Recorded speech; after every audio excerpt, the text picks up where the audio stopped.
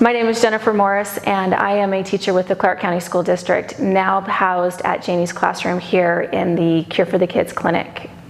As a teacher, I've always been very involved in engagement model teaching. I think that can be a number of different ways, utilizing music, utilizing play acting, utilizing manipulatives and all sorts of things. I recently taught a lesson on the yellow fever.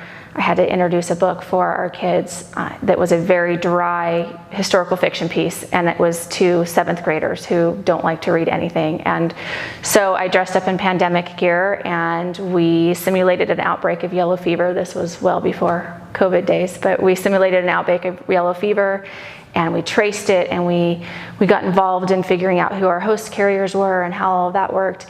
And the kids left excited to read this book. They left with a new understanding of what disease transmission looks like and how that works. And so I think anytime that you can create a lesson that gets kids engaged in their learning, gets them responsible for their learning, and gives them the chance to create their own knowledge and participate in that, that's huge.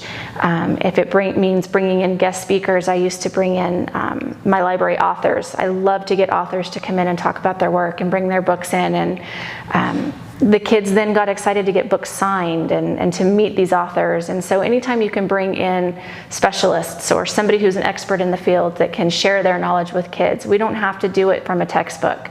We don't have to look at a textbook and say, this is the only access to knowledge I have. Our internet and our world opens up as soon as we hit Google search and see what's out there. And we can really bring that to life in our classroom.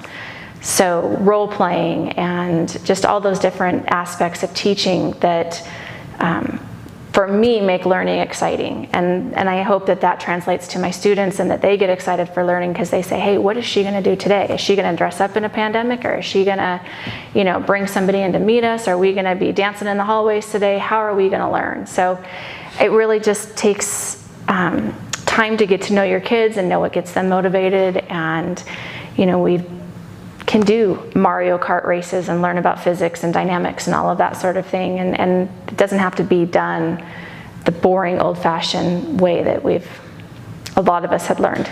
I think we really have to look at technology and what we're teaching our kids anymore, because when I was a kid, I can remember doing a project. I had to study a country, and I studied Brazil. And I had to go to the library and get the encyclopedias and all the books on Brazil, and I had to look up populations and do all of this research, and I had to put it together into a project to turn in.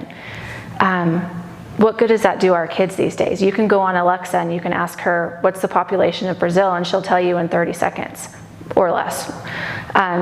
So to teach our kids to do that, it's ineffective.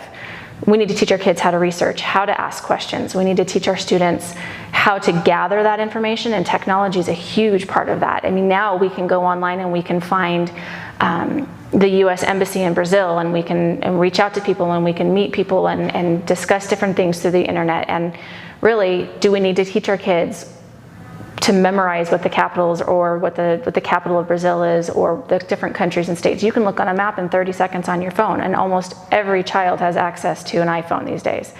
So teaching them how to be responsible consumers of information is more important to me than teaching them how to look up the population of something or how to put together a project on a country.